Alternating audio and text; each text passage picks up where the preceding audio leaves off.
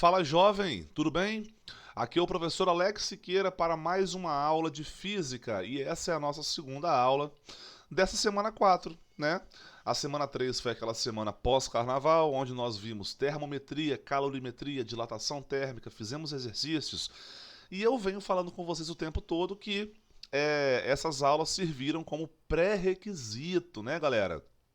Para entrarmos de fato no conteúdo da nossa apostila, conteúdo esse que eu acabei de entrar na nossa aula anterior, tá certo? Meus amores, olha só, na aula anterior nós falamos sobre o diagrama de fase, né? Diagrama de fase, ele é um diagrama em que ele relaciona a pressão e a temperatura de certas substâncias, e essa relação entre a pressão e a temperatura, que você percebe aí as fases, né, da nossa matéria, sólido, líquido e gasoso, e as respectivas transformações. Tá certo, galera? Vimos também aí, galera, que existe uma diferença entre o diagrama de fases para a maioria das substâncias e também o diagrama de fase para a água, o bismuto, o antimônio, algumas substâncias específicas que têm um comportamento ali durante a fusão ou a liquefação anômalo, né? Basicamente isso aí. Na aula de hoje, pessoal, eu quero começar aqui com vocês falando sobre a diferença entre vapor e gás. Tá certo? Bom, galera, olha só. A diferença entre vapor e gás, né? Ótimo. Então, aqui nós temos o diagrama de fases da água, lembra? Né? A água ela tem essa curvinha aqui de fusão para a esquerda, para o lado de lá, né? E cada região dessa aqui existe o quê? Uma fase específica, beleza? Bom, na região aqui, ó, aqui seria o sólido. Sólido, aqui seria o líquido. E aqui o vapor. Beleza? Ah, lembrando, né? Ponto tríplice da água. A uma pressão de 4,58 milímetros de mercúrio e a uma temperatura de 0,01 graus Celsius, a água apresenta simultaneamente as três fases, né? Sólido, líquido e também o gasoso. Tudo bem? E pessoal, veja bem, como eu falei para vocês agora na nossa última aula, não sei se você assistiu a última aula, né? Mas o que é mmHg? Que negócio é esse? mmHg, pessoal, é milímetro de mercúrio, tá? Na última aula eu falei para vocês que Torricelli, ele foi a pessoa que descobriu, né, a relação de Newton por metro quadrado ou Pascal com o ATM, né? A pressão ao nível do mar foi definida como 1 atm. 1 atm vale quantos Pascal? Beleza? E ele percebeu, pessoal, que quando a sua coluna de mercúrio chegava a 760 milímetros de mercúrio lá no seu barômetro, aquilo ali marcava, né, 1 atm. Então, 1 atm é igual a 760 milímetros de mercúrio, que isso aqui é igual a 10 a quinta Pascal, que isso aqui é igual a 10 a quinta newtons por metro quadrado. Tá legal? Tudo isso aí é tudo a mesma coisa, tá? Então, assim, se eu pergunto para você em qual temperatura a água evapora, eu tenho certeza que você rapidamente, ó, plau, vai falar o quê? Vai falar 100 graus Celsius, né? Ah, professor, a temperatura da água de evaporação é 100 graus Celsius. Cara, quando você vai falar de vapor, depende, tá, galera? Depende. O vapor, vou colocar aqui assim, ó, vapor. E aqui embaixo vou colocar gás. Gás. Beleza? Ao nível do mar aqui em Vila Velha, eu moro em Itaparica aqui em Vila Velha, próxima de Coqueiral, que é minha terra, né? Aqui em Taparica, mais ou menos ao nível do mar, pessoal, eu aqueço a água e ela começa a evaporar a 100 graus Celsius. Tá certo? 100 graus Celsius.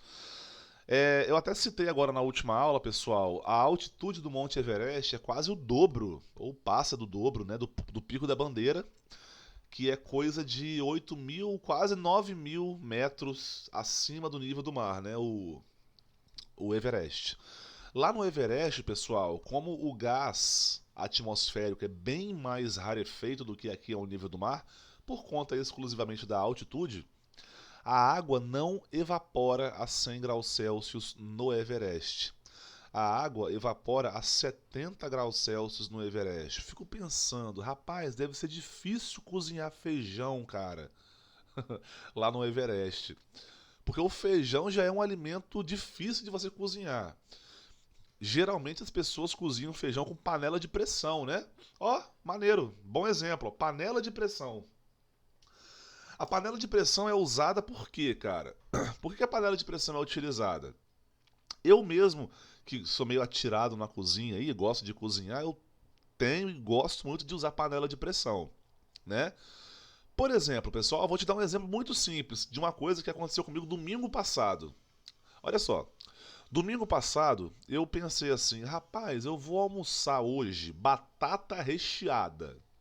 Sabe batata recheada? Batata inglesa, você pega ela e tal, recheia ela.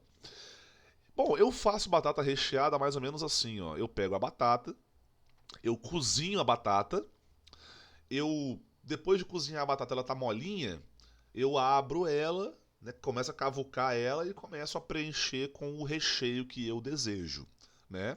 Na ocasião foi, opa, na ocasião, pessoal, ó, saí daqui. Só agora voltou, beleza. Abri sem querer o PowerPoint aqui. Mas então, como eu estava falando para vocês, ahn, eu selecionei algumas batatas ali, né? Aí eu primeiro fui cozinhá-las, né, para elas ficarem molinhas, para eu conseguir cavucar ela e preencher com frango e algumas outras coisas que eu coloquei no meu recheio, né? E assim, para eu amolecer a batata, cozinhando a batata, eu poderia colocá-la numa panela. Só que a batatinha, né, mais ou menos desse tamanho assim, ela cozinhando numa panela com tampa normal, abre e fecha, demoraria muito tempo. Tipo, meia hora, 40 minutos, sei lá. Eu botei as batatinhas na água, né, na panela de pressão, tampei a panela de pressão. Depois de um tempo, ela começou a apitar, né, falando, dizendo para mim que ela pegou pressão, né? Pegou pressão, é um termo bem popular que nós utilizamos no nosso dia a dia. E aí, 10 minutinhos, galera, 10 minutinhos aí, a batata estava bem molinha, bem cozidinha. O feijão é a mesma coisa. O feijão, se você cozinhar feijão, pessoal, numa panela normal, de tampa normal, pô, demora mais de hora para você cozinhar feijão. E tem tipos de feijão também, pessoal, que no caso ele cozinha mais demorado ainda. Tipo assim, o feijão carioquinha, já ouviu falar? Feijão carioquinha, que é um feijão marronzinho, mais clarinho. É um feijão que eu gosto bastante e ele demora pra caramba pra cozinhar, velho. Então, assim, a gente coloca na panela de pressão. Por quê, velho? Olha o exemplo do Everest. Se a pressão do local diminuiu, a temperatura de ebulição da água também diminui. Lá na altitude de quase 9.000 metros de altitude no Everest, pessoal, a pressão lá é bem menor e a água lá ferve a 70 graus Celsius. É por isso que eu falei que cozinhar feijão no Everest é difícil, né? 70 graus Celsius, cozinhar feijão? Ah, beleza, eu posso colocar na panela de pressão. Pois é, a panela de pressão você vai aumentar a pressão e, consequentemente, você vai aumentar a temperatura de fusão, de ebulição, perdão. Então, quando eu cozinho feijão na minha panela de pressão aqui, pessoal, entenda que a temperatura lá dentro da água que está lá fervendo pra caramba e cozinhando o meu feijão é uma temperatura superior a 100 graus Celsius. Tá? Ela vai além de 100 graus Celsius. Mas para ela ir além de 100 graus Celsius, só existe essa possibilidade se você varia a pressão. Tá legal? Por quê? Porque acima de 100 graus Celsius, pessoal, Nesse contexto aí da panela de pressão, a água fica no estado de vapor. Ela deixa de evaporar a 100 graus Celsius e ela passa a evaporar a 120, 130 graus Celsius.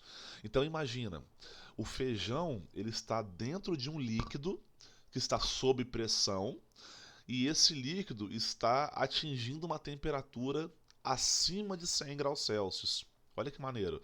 É por isso que o cozimento ele fica bem mais equivalente, né? Bem mais relevante. Tá certo? Então, querendo ou não, pessoal, o vapor é um estado físico da matéria que ele pode ser alcançado. Vou colocar assim, ó, pode ser ao, vou botar assim, ó, ele pode ser atingido por variações de pressão. É o estado físico da matéria que pode ser atingido por variações de pressão. Eu tô falando assim, pessoal, eu tô utilizando esse termo, mas é um termo até mais, digamos assim, não tão específico assim da definição de vapor, beleza? Mas entenda que o vapor é um estado físico que está lá dentro do gasoso, tá certo? Que ele pode ser atingido por variações de pressão, mantendo a temperatura constante. Se você varia a pressão daquele líquido, você pode atingir o estado de vapor. Na nossa última aula, pessoal, eu citei para vocês, é porque é uma pena, eu queria ter aqui para te mostrar, né? Eu comentei na última aula que eu me mudei, né? Em dezembro, agora no início de dezembro, agora 2 meses atrás, eu me mudei. Eu vim para esse apartamento que eu estou morando aqui agora. E nessa mudança eu devo ter perdido alguma coisa, esquecido onde eu estava e tal. Eu tinha uma seringa, pessoal, que eu usava para dar aula. Eu colocava, eu aquecia a água até uns 80 graus Celsius, por exemplo, ela nem começava a ferver, né? Segundo.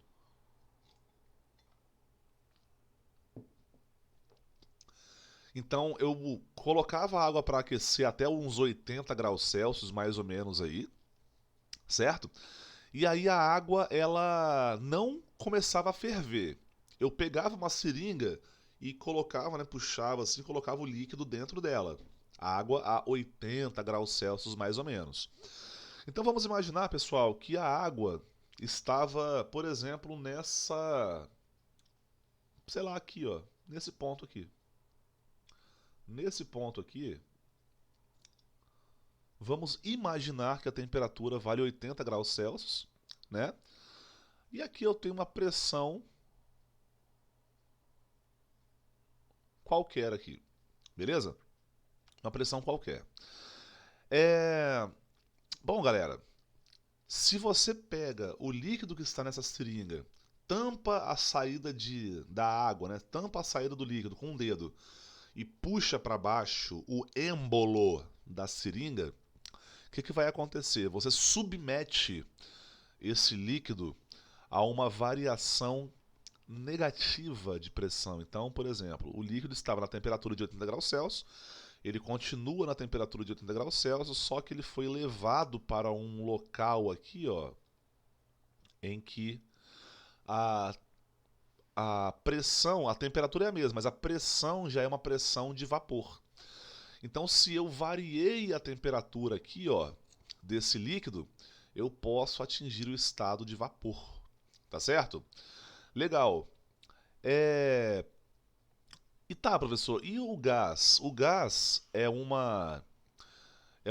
estado da matéria que ele somente será atingido quando a temperatura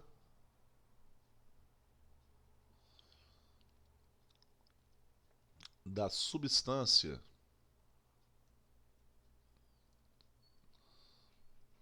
for maior ou igual a um valor denominado até mudar de cor aqui, ó. Temperatura crítica. Independente da pressão, haverá um valor. Estou sempre na frente aqui, né? Desculpa, tá, pessoal? Vou melhorar isso aí com o tempo, tá? Essa vida de youtuber, de influencer, não é fácil. Olha só, galera. O gás somente será atingido, né, o estado de gás, quando a temperatura da substância for maior ou igual a um valor denominado temperatura crítica. Tá legal? Não apareceu aqui, gente, mas eu vou até aumentar aqui esse gráfico. Ó, só pegar minha reguinha aqui, botar no zero.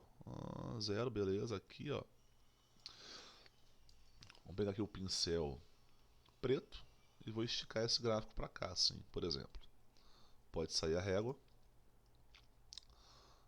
Né? Esse gráfico continua para cá, né?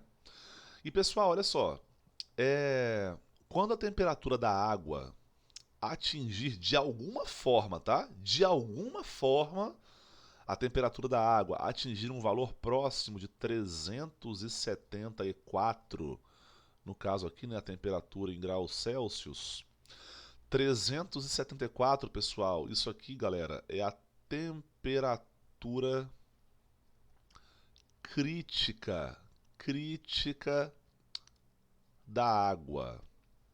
Ou seja, nesse valor aqui para mais, não importa o que esteja acontecendo no Big Brother, não importa o que esteja acontecendo em Marte, não importa o que esteja acontecendo na Praia da Costa. Quando a água atinge essa temperatura aqui, pessoal, ela atinge o estado de vapor, de gás, desculpa. Então, nós temos uma parede aqui assim, ó, que dessa parede para a direita, nós temos aqui o gás. Tá legal? Então, assim, o vapor, galera, ele é um estado físico da matéria que ele é atingido pensando pensando na pressão, tá certo? Se você mantém a pressão constante e varia a temperatura, ele chega no vapor. Se você mantém a temperatura constante e varia a pressão, ele também pode chegar no vapor, tá? E o gás não tem essa brincadeira de vapor e nada não. O gás é só é atingido quando ele atinge uma temperatura que é a temperatura crítica. Tá legal, jovem? Beleza? Então nós começamos a aula assim. Vamos fazer aqui algumas aplicações, pessoal. Olha só. Aplicações. Vamos ver aqui, ó.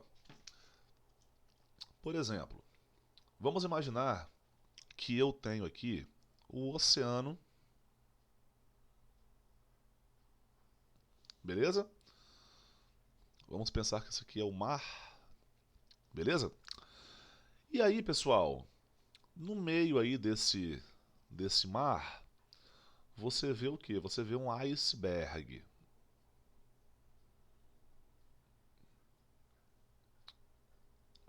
Dizem que o iceberg, né, ele é gigantesco abaixo da água, né? É só a ponta do iceberg, não sei o quê. E assim, o iceberg basicamente é gelo, né? A água do mar que foi congelada aí. Só que tem um detalhe, né, brother? Poxa, via de regra, a, a fase, né, a fase sólida de uma substância, ela geralmente é mais densa do que a fase líquida daquela substância. Concorda, pessoal? Por exemplo, poxa, eu tenho, sei lá, metal, ferro derretido. Pô, o ferro líquido, ele é menos denso do que o ferro sólido, tá certo? Só que a água é um pouquinho diferente, pessoal. A água, lembra que a água é uma das substâncias que apresentam uma particularidade, né, no seu diagrama de fase. Na curva de fusão entre a parte de líquido e sólido, né, água e gelo, a água ela tem um comportamento que é diferente, né? Isso faz com que, pessoal, o comportamento de densidade da água, lembrando, pessoal, lembrando que nós estamos falando de densidade, densidade é o quê? Bom, a densidade, pessoal, ela é uma grandeza física que ela relaciona alguma coisa em algum lugar. Basicamente isso. Alguma coisa em algum lugar. Por exemplo, densidade, né? Geralmente nós trabalhamos com densidade pensando aí em massa distribuída em certo volume, certo? Mas, por exemplo, você pode pensar, né, na massa distribuída em certa. Por exemplo, o violão. Tem um violão aqui. Em cada corda do violão eu tenho diferentes densidades lineares, né? A cada centímetro de cada corda eu tenho diferentes massas. Você pode pensar, pessoal, que em um local existe mais energia e em outro local menos energia. Então a densidade de energia de um local pode ser maior do que o outro. Nesse caso aqui, galera, a densidade é, é igual à massa distribuída no volume. Tá legal? A massa distribuída no volume. E a água, pessoal, ela tem, sabe qual o detalhe? Quando a água está numa temperatura ali, né, perto da temperatura de fusão, aquela coisa toda, o que vai acontecer? A água ela vai expandir, né, num certo valor de temperatura, ela vai crescer. Ela perde temperatura, ela vai perdendo temperatura, só que o volume dela vai aumentando numa faixa. Então isso faz com que a sua densidade seja menor, né? A densidade do gelo, pessoal, a densidade do gelo é menor do que a densidade da água. Então isso faz com que o gelo ele consiga flutuar, tá certo? E isso aí é uma situação que foge um pouquinho do normal, né? Se assim eu poderia dizer para vocês. Foge um tiquinho do normal, tá certo? Bom, galera, basicamente essa aqui é uma aplicação, né, disso que nós estamos falando, ok? Dessa, dessa situação anômala. Vamos falar um pouquinho aqui sobre mudança de estado físico, beleza? Rapaziada, eu vou começar aqui com vocês. Eu já falei, né, bastante coisa, né, de mudança de estado físico para vocês, tá certo? Só que eu quero citar aqui especificamente dois casos, tá legal? São até dois casos que a sua apostila traz, tá legal? Que seria a mudança de estado vapor líquido. Essa aqui vai ser a primeira. Tudo bem? Vapor para líquido, pessoal. Ou seja, eu tenho. Eu uso a água porque é mais fácil de lidar, tá, pessoal? É bem mais simples mesmo aí. É por isso que eu uso a água como exemplo. Mas assim, eu posso pensar aqui, galera, em duas situações: a liquefação e a condensação. Certo, pessoal? Olha só. Você sabe que os nomes das transformações, eles se referem a uma mudança de estado físico, sólido para líquido, líquido para gasoso, não sei o quê, só que tem alguns detalhes que fazem uma certa diferença. Tá legal? Eu gostaria de mostrar para vocês aqui a diferença entre a liquefação e a condensação. Tem diferença, professor? Tem diferença. A liquefação é a transformação de um gás para líquido. Para líquido. Beleza? Então aqui é a questão do gás, tá legal? Se é gás, pessoal, então essa substância, esse elemento, enfim, ele atingiu uma temperatura chamada de temperatura crítica. Você lembra aqui, né? Vou aqui em cima um pouquinho, ó. Cadê? Gás somente será atingido quando a temperatura da substância for maior ou igual a um valor denominado temperatura crítica. Beleza? Então assim, galera, Aqui a liquefação que você conhece é do gás para o líquido, não é vapor. Tá legal? Então você lembra daquele exemplo do sereno que eu falei pra vocês aí? Que quando eu era criança, minha mãe não deixava eu ficar até muito tarde na rua, porque senão eu ia pegar sereno, né? Que é uma chuva invisível, né? O sereno é a condensação e não a liquefação. Até porque, pessoal, né, as moléculas de água presentes no ar não estão na fase gasosa. Elas não atingiram uma temperatura de 374 graus Celsius. Tá legal, pessoal? Isso aí é uma situação proveniente da condensação, que é a transformação do, do vapor para, para o líquido. Beleza? Então aqui nós temos essa transição aí, ó, vapor para liquid. Liquid. Liquid é um bom time de e-sports. Não sei se você conhece. Beleza? Bom, pessoal, vamos falar aqui agora também do outro tipo de mudança de fase, tá certo? O outro tipo de mudança de fase, pessoal, seria o caminho contrário, né? Seria a transformação líquido para vapor. Nesse caso, eu até citei, não sei se foi nessa aula ou se foi na aula anterior a essa, tá, pessoal? Foi mal aí qualquer coisa, mas do líquido para o vapor, molecada, eu tenho três situações. Três situações. Vamos ver aqui, ó. Um, dois, três. Muito bem, do líquido para o vapor, do estado líquido para o estado gasoso.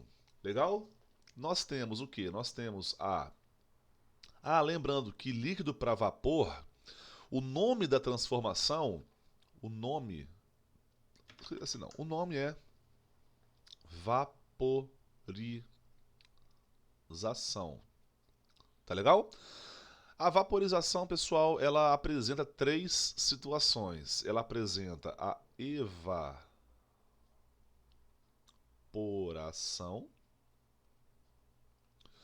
a ebulição e a calefação. Tá legal? Pessoal, vamos lá então, gente. Olha só. A evaporação, galera, ela será a transição líquido-vapor natural. Beleza? Natural. Vamos colocar aqui um exemplo então, ó. Exemplo. Exemplo. Vamos ver aqui. Por exemplo, seria a evaporação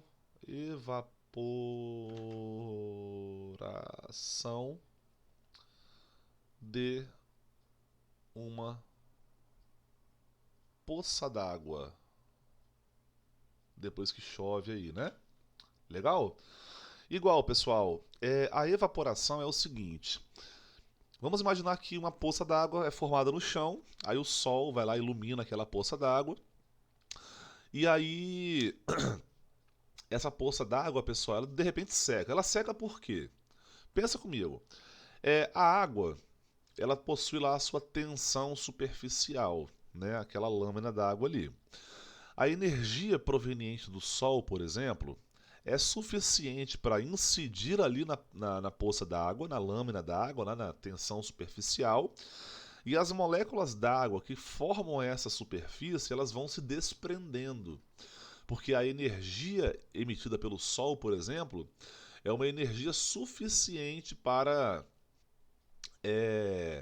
fazer com que as moléculas de água naquela superfície se desprendam. Então, tipo assim, tem uma poça d'água. Aí a primeira lâmina se desprendeu, a segunda lâmina se desprendeu, a terceira, a quarta, aí ela vai secando, secando, secando. Beleza? A ebulição, pessoal, é um processo artificial. Tá legal? Mas eu vou falar bem assim, ó, que a ebulição é um processo artificial é, e de certa forma lento, tá legal? Exemplo, quando eu fiz o meu café com leite, eu precisei aquecer a água, né? Aquecimento, aquecimento da água em uma panela levada ao fire, ao fire, ao fogo. Legal? Então assim, eu quero fazer macarrão, né? Pô, para eu fazer macarrão, eu preciso botar água na panela e levar isso pro fogo, né? Senão não adianta nada. Eu não vou deixar a panela lá e eu tô na sua frente mais uma vez, ó. Aqui, beleza. Aqui. Então, não vou deixar a panela lá à toa. Eu tenho que fazer alguma coisa com essa panela. Beleza? E a calefação é um processo que eu até diria que pode ser natural ou pode ser artificial, dependendo demais, né, da situação. É mais artificial mesmo. Só que é um artificial rápido. Rápido. Ou seja, exemplo aqui, né? Por exemplo, a gota d'água. A gota d'água que cai em uma superfície muito quente, muito quente. Gota d'água que cai em uma superfície muito quente e muda de fase quase que instantaneamente. Quase que instantaneamente.